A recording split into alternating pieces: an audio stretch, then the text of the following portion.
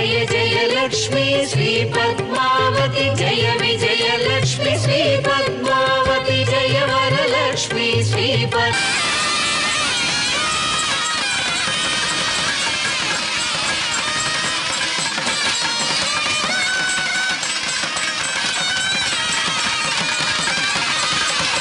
कामधेनु विश्वम्भराम शरणः शरणं प्रपद्ये त्वां कमलालये कलये मम हृदये त्वां कमलालये कलये मम हृदये त्वां कमलालये कलये मम हृदये। नमो क्षीराब्धिकन्यकायै नमो नमः। శుభోదయం. శుభకరమైనటువంటి మనస్సు చేత కూడా ఎవడైతే గ్రహించడానికి వీలు కాని వాడని ఉపనిషత్తులు సెలవిస్తున్నాయో అటువంటి వాడిని మరి ఎలా పట్టుకోవడం? ఆయన్ను పట్టుకోవడం, ఆయనతో ఎప్పుడూ కూడా వదిలిపెట్టకుండా ఉన్న ఆయన శక్తి రూపంతో ఆయన్ను పట్టుకోమని చెబుతుంది చక్కగా. అటువంటి ఆ శక్తి రూపాన్నే ఇక్కడ ఆవిష్కరింపజేసినటువంటి మహానుభావుడు సగుణ సాకార దివ్యసుందర విగ్రహుడుగా సప్తగిరి సుందర సార్వభౌముడుగా తాను స్వయంగా కిందికి దిగివచ్చి అలవోకగా తన కుంతాయుధంతో నిర్మించిన పద్మపై జగన్మోహనమైనటువంటి మురళీకృష్ణ స్వామి యొక్క అలంకార విశేషంతో అమ్మవారు విహరిస్తున్నారు తిరువీధుల్లో. సాక్షాత్తు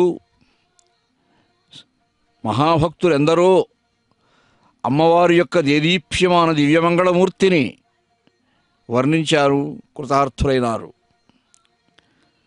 అన్నమాచార్యుల వారు పరమాత్ముడైన హరి పట్టపురాణివి నీవు ధర్మలో భక్తలోకానికి రాయలవారు అందించారు.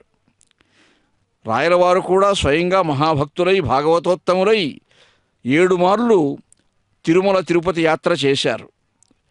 సువర్ణముఖరీ తీరే కశ్చిదస్తి మహీధర వెంకటాచలనామాసౌ సర్వభూభృత్కులోత్తమ అని ఆ ప్రణయమూర్తులు ప్రణయ విహారం చేస్తూ ఉన్నారు ఈ క్షేత్రంలో.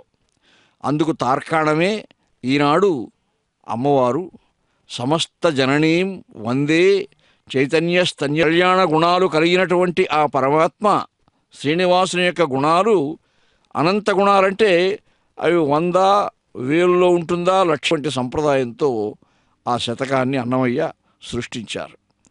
అలాగా జగన్మాత అయినటువంటి అమ్మవారినే అన్నమయ్య ప్రప్రథమంగా స్తోత్రం చేసినట్టుగా మనకు చరిత్ర చెబుతూ ఉంది.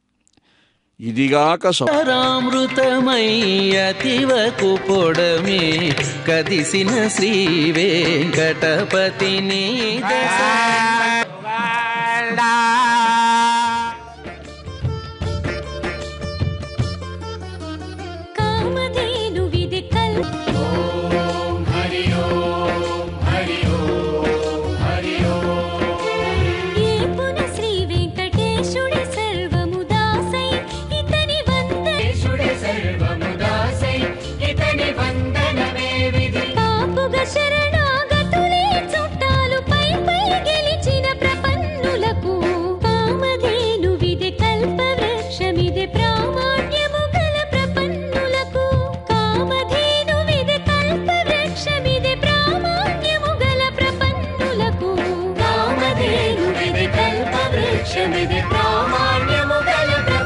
జ్ఞానపు చీకట్లను అలవోకగా తొలగించేటువంటి శ్రేష్టమైనటువంటి కాంతి స్వరూపమైన గురువుగా భాషించే స్వరూపంతో అడుగడుగున ఆనంద కర్పూర నీరాజనాలను అందుకుంటూ అమ్మవారు అయ్యవారుగా అద్భుతమైన స్వరూపంతో మమైకంగా ఇద్దరూ భావిస్తున్నటువంటి రీతితో